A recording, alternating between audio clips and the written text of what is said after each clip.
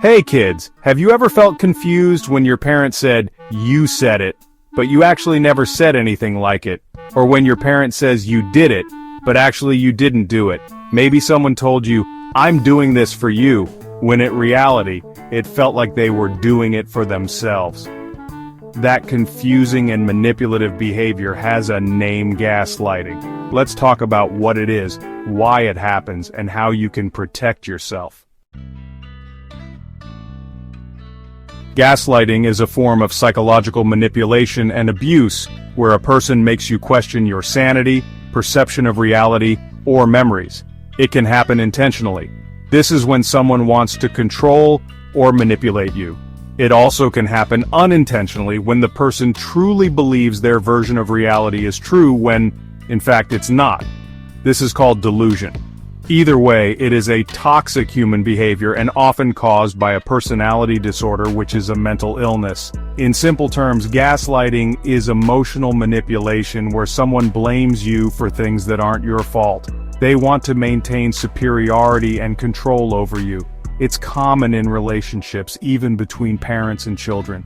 Because young kids trust their parents completely, they can be gaslighted very easily, often feeling bad about things they didn't do. As you grow older, you might start feeling like something isn't right, especially when talking to someone who gaslights you.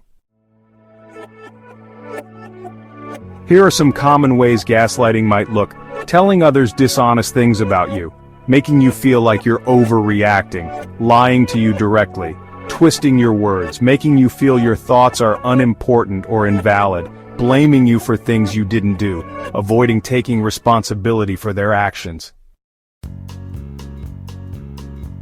Gaslighting comes in any shape or form. It can be something very simple. For example, you said to your parents you want ice cream. Later, as you pass the ice cream shop, they say, "You said you didn't want ice cream." You know that is not what you said, but they're trying to make it seem like it was your decision in order not to buy you ice cream but to blame it on you. Another example might be if one of your parents gets very angry over something small. When you ask them about it later, they say, "I wasn't angry." This denial can make you question what really happened. Another example is when, in a divorce, your mom tells you not to have contact with your dad. Then later she says, "You said you didn't want to see him and that he is a bad dad." Or throwing away the presents you received from the other parent and gaslighting you, "I thought you didn't want it."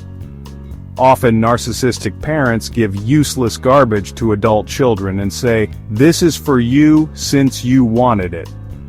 Often gaslighting happens because a person has a mental illness, like a personality disorder. They may have a false perception of reality and truly believe things that didn't happen or deny things that did. Then they might gaslight you and say, "I criticize you because I love you." If you feel like you're being gaslighted, here are some things you can do. It is important to maintain a clear and strong mindset and believe in yourself. Keep a journal. Write down what happened so you can remember the truth.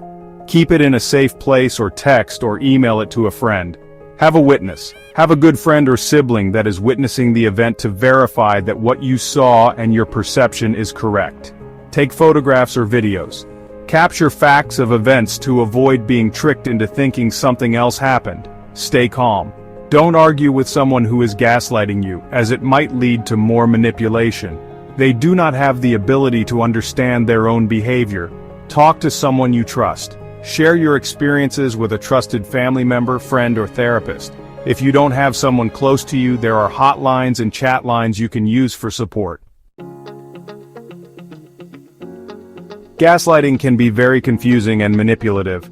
Remember, your feelings and experiences are real, and it's okay to stand up for what you know is true. Trust in your feelings and your experiences that are fact.